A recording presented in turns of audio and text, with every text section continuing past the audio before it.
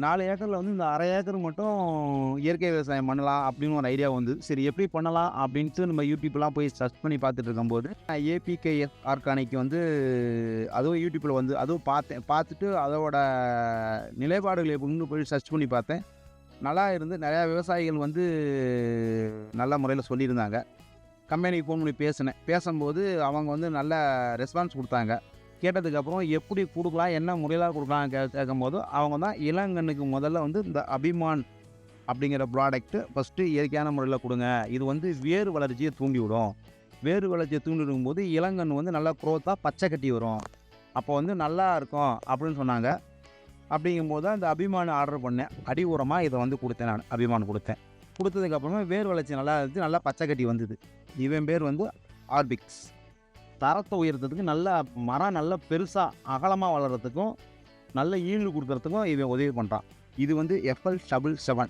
FL77 அடிச்சோம்னு வச்சுக்கங்களேன், அந்த பூ இல்லாம அப்படியே காயா மாறிரும். காய் வந்து திடமா வளர ஆரம்பிச்சிரும். திடமா வளர்ந்ததுன்னா வெயிட் இன்க்ரீஸ் ஆகும். வெயிட் இன்க்ரீஸ் ஆகுதுனா நமக்கு நல்ல வருமானம். அவ்வளோதான். வணக்கம். என் பேர் சேதுராமன். திருச்சி மாவட்டம், தொட்டி வட்டம், மத்த கிராமத்தில வந்து என்னோட வயல் வாழை இருக்குது. என்கிட்ட விவசாய நிலம் வந்து ஒரு 4 ஏக்கர் இருக்கு. 4 ஏக்கர் வந்து கற்பூரவள்ளி வாழை விவசாயம் பண்ணிட்டு இருக்கிறேன். இந்த பயிர் வந்து 1 வருஷத்து பயிர். 1 வருஷத்து பயிருங்கும்போது 1 வருஷம் ஆனோனே காய் வந்ததுக்கப்புறமேலுக்கு காய் வந்து திருச்சி மார்க்கெட்டுக்கு வெட்டி விட்டுருவோம். ஒரு 5 வருஷமா வந்து கெமிக்கல் உரம் யூஸ் பண்ணிட்டு இருந்தேன். அடி உரமா வந்து பார்த்தீங்கன்னா, கன்னு நட்டு ஒரு 2 மாசத்துல வந்து டிஏபி கொஞ்சம் கொஞ்சம் போட்டுடுவோம். அதுக்கப்புறம் 3 மாசம் வந்ததுக்கப்புறமும் பார்த்தீங்கன்னா, பொட்டாசு, யூரியா, டிஏபி கலந்து முதல் உரம் குடுப்போம்.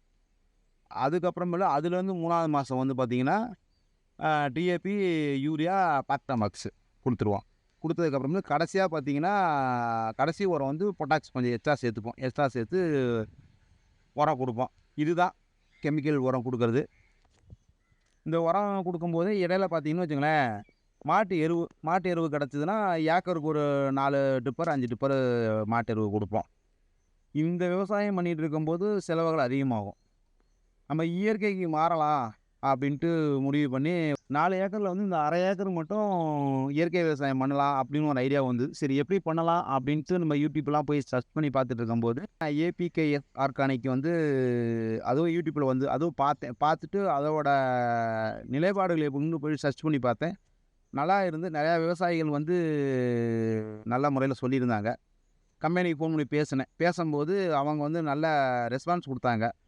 சரி பரவால்ல அவங்க குடுக்குறாங்களே, நம்ம மறுபடியும் இயற்கையான முறையில வந்து நஞ்சில்லாத உணவ வருங்காலம் சன்னதிக்கு குடுக்கலான்ட்டு முடிவு பண்ணி தான், இந்த 1/2 ஏக்கருமே ஃபுல்லா இயற்கை முறையிலேயே நம்ம விவசாயம் பண்ணலாம்ன்ட்டு முடிவெடுத்து, இந்த 1/2 ஏக்கருமே வந்து ஃபுல் அண்ட் ஃபுல் வந்து ஆர்கானிக் முறைய பண்ணிக்கிட்டு இருக்கிறேன் நானு. கேட்டதுக்கப்புறம் எப்படி குடுக்கலாம், என்ன முறையில குடுக்கலாம்னு கேட்கும்போது, அவங்க தான் இளங்கன்னுக்கு முதல்ல வந்து இந்த அபிமான் அப்படிங்கிற ப்ராடக்ட்டு ஃபஸ்ட்டு இயற்கையான முறையில குடுங்க. இது வந்து வேர் வளர்ச்சிய தூண்டிவிடும். வேர் வளர்ச்சிய தூண்டிவிடும்போது இளங்கன்று வந்து நல்லா குரோத்தா பச்சை கட்டி வரும். அப்போ வந்து நல்லா இருக்கும் அப்படின்னு சொன்னாங்க.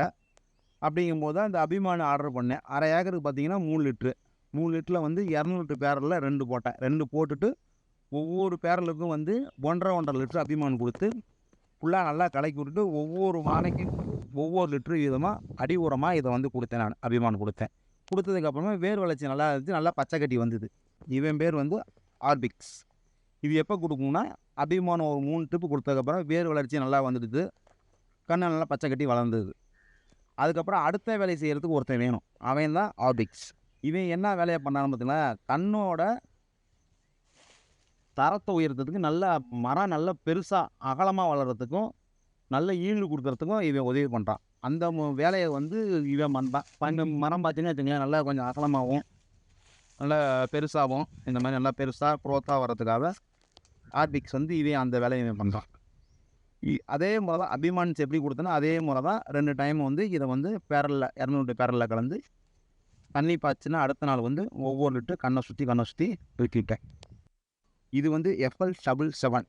இது இது வேலை என்ன பண்ணும்னு வச்சுங்களேன், பூவு காயாவா மாறுறதுக்கும், காய் திடமா வர்றதுக்கும் அந்த வேலைய இவன் பண்றான். அப்போ எப்போ குடுக்கணும்னா, இப்போ வாழை ஈனி கொஞ்சம் ஒரு 4 சீப்பு, 5 சீப்பு வந்தோனமே FL77 அடிக்க ஆரம்பிச்சிருது.